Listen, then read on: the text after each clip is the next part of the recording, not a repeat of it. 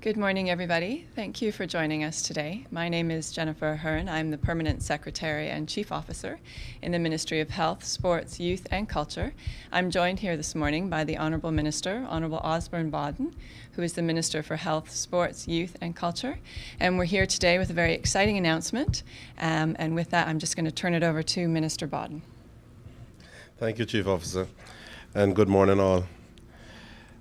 When I was asked to pick a theme for this year, we've been looking at so many themes over the years that I thought that with all going on in health services in Cayman today, that it would be a good idea for us to choose health services as our theme this year. So having said that, I would like to say that it's my pleasure for the second time around to formally introduce the start or to announce the start of National Heroes Day nomination period. Each year, these nominations allow our community to have a say with regards to who will be recognized at Heroes Day, at National Heroes Day celebrations the coming year. Over the next 30 days, it's been a long morning already, 30 days, I urge each and every person listening to me to take advantage of this opportunity and to encourage your family, friends, and co-workers to do the same. Our theme for 2015 has a very special meaning to the Cayman Islands. Health service workers have long been among the best known and best regarded members of our community. Health services includes all services dealing with the diagnosis and treatment of diseases, as well as the promotion, maintenance, and restoration of human health. This includes mental, dental, public, and environmental health. While we live in a small community, where our faces are known to many of those around us, this is particularly true in the case of health services workers.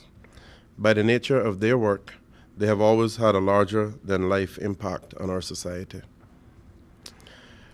For instance, I'll throw out a few names, well-known names. Think of Dr. Horder. Those my age, I didn't know him, but I certainly heard a lot about him. It's still on the lips of many older Caymanians today. Think of the invaluable service provided by the nurses, after whom some of our district health clinics are named: Jessa Rich, Dyker Brown, Lilith McLaughlin, and of course in Bodden Town, our Nurse Joseph Senior Center. Nurse Joseph was known throughout the Cayman Islands, going around visiting and administering health care. Think also of national hero and our first female legislator, another Bodden Town, I'm proud to say, Miss Evelyn Wood, who worked as a nurse providing tireless care during the typhoid epidemic of the late 1930s. She also taught me Sunday school.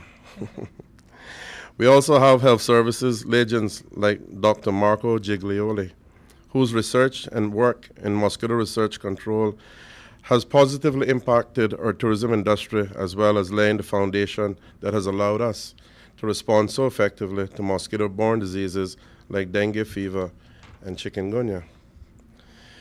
These are just a few of the better-known names. You can think of many others at the hospital.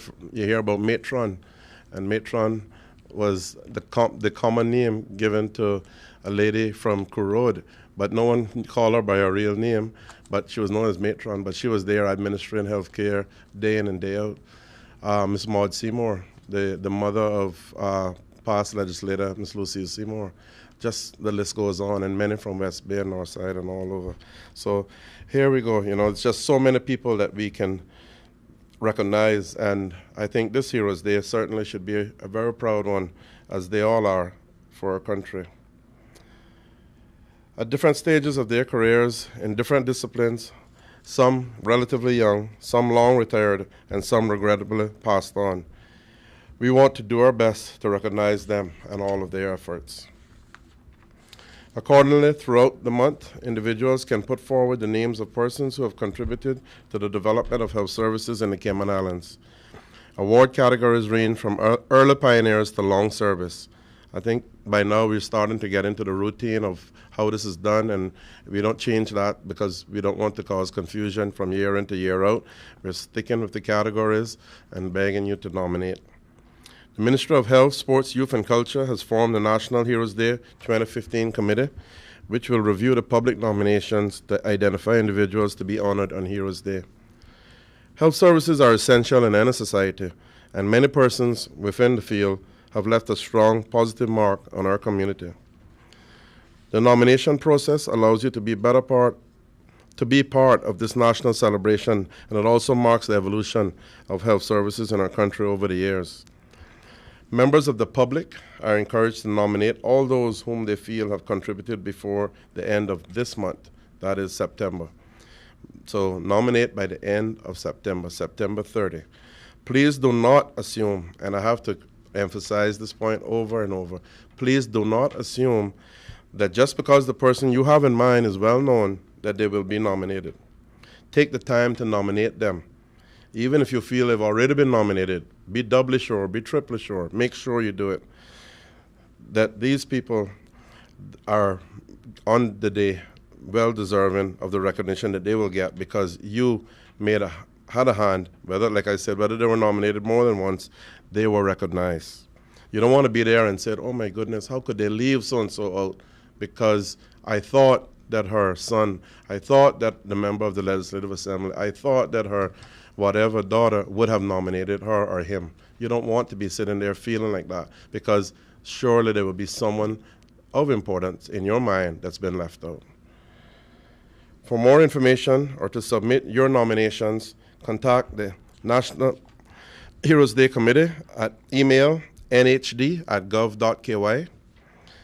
Please make sure to submit your nominations as soon as possible and no later, as I said before, than the 30th of September when the nomination period closes. Don't come on October 1, it's too late. I look forward to the committee's report and to recognizing as many as possible of those who have contributed to our development in health services in January 2015. I thank the committee for the work that they're about to do, the work that they have been doing, and I thank my chief officer and the ministry team who ably lead this process each year. And I thank you at this time for your attention. Thank you very much, Minister. With that, I'll open it up to any questions. Just get yourself a microphone, Mona. Sorry. Okay. Sorry. Earlier this year, I think it was, we saw some 131. I think it was people honored at Heroes Day. If I'm not mistaken, is that correct?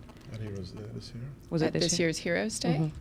Yeah. I can't remember the exact number of people that we honored at this year's Heroes Day. But the 5 categories that we have for nominations, the minister referred to them. It's the early pioneer and pioneer. And we have, usually that's restricted to 50. And then we have Emerging Pioneer, Long Service Award, and Memorial Scroll. And the difference between the different categories is the time of when they made their contribution for the pioneers. So the early pioneer made their contribution prior to 1960.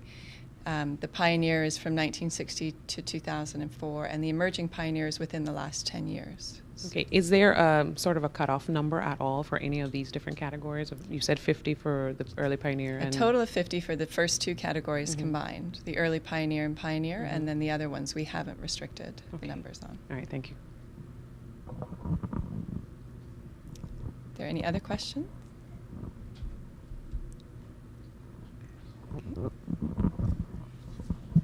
My question is, you mentioned that the theme was chosen due to all that's been going on in the health services this year. Do you have any specific examples? Like, I know about the chikungunya and the Ebola threat, but what are other major issues that's been affecting the health services this year? Thank you. It wasn't necessarily issues affecting, but it's all the development in healthcare I was referring to. When we're looking, for instance, the improvements at the hospital that we're embarking on now. An RFP is out for us to bring up the standards of the hospital, to get customer service where we want it, to get people trained where we want them to be, all that type of stuff. Health City opening, big moment, and of course the work that they're doing there. The other medical institutions on the island, all improving services, all growing, all developing. Medical tourism becoming such a big thing in Cayman now. The work with the landfill, at the end of the day, that works out to health It's the health of the nation, environmental health, and we're doing our best, and we're sure that we're going to have a solution to that in a couple of years' time that we'll have actively operating. So this is what I was referring to. These are exciting times in healthcare in my mind, and I think that it's an opportune time for us to recognize the people who have brought us to this point. Yeah, I think, the minister mentioned some examples of some of the people who've contributed historically. And I think one of the great things with the Heroes Day nomination process is it's an opportunity for people to sort of cast their minds back and think about all of those people who have made such an important contribution that have led us to this really exciting time in health services that the minister is speaking of. So, and again, as the minister said, just to really encourage members of the public, please, please, please take advantage of this opportunity. Everyone will have somebody in mind that they think has really contributed to health services, and we just want to make sure that you take the time to nominate them. Don't assume that because minister mentioned them that they're going to get nominated by somebody else. Take the time and make that nomination before September 30th. He could be sitting there and one of those well-known names just didn't appear. Yeah. In terms of the nominations, how was last term's nominations in terms of people nominating? In terms of the volume we get? Yeah, the volume, the We always get a response. good How was it? response. Well, this is the third year that we've done a public nomination process for Heroes Day. It was something that the ministry decided we wanted to put out to the public to try and encourage people to get involved with Heroes Day, with the celebration, and also because there was a feeling that traditionally before that it was done by committee in consultation with some stakeholders, and we just thought that we wanted to try and maximize the opportunity to get as many nominations as we could, to have as many people recognized as we could. And as Minister said, we've had a good response from the public in the last 2 years to the public nomination process, and we're anticipating a good response again this year. Okay, Just to add to that, Okay. I think it's very important that we remove any perception of any bias, and that's what you get when you have just a ministry committee put together that's charged with just doing it. The first thing you'll hear as well, the minister or his team were biased towards a certain set of people. We don't want that. We want that the onus is on the public. You provide those names, we evaluate them, and we put them into the various categories, and that way it's a much more open and transparent process for us. In terms of those that will be selected or those that will be awarded with something, what will they be awarded with? Okay. I'll let Jennifer speak to that. Okay. For the two categories of early pioneer and pioneer, they'll be given a certificate and a commemorative insignia. The awesome team at GIS have outdone themselves yet again and have come up with a design for the commemorative pin that we'll unveil a little closer to the date. But so those two categories will get that. The early pioneers, the Memorial Scroll, and the Long Service Award will all get a commemorative certificate. Who will be designing that pin? Designing the pin? Yeah. It's Government Information Services, Charles Gilman, Carico. I'm trying to remember all of them that were involved with it, but they've done a fantastic job yet again. It's one of the really exciting things that we look forward to every year with it, because it's not just about making the pin look good. There's a lot of symbolism behind it. Mm.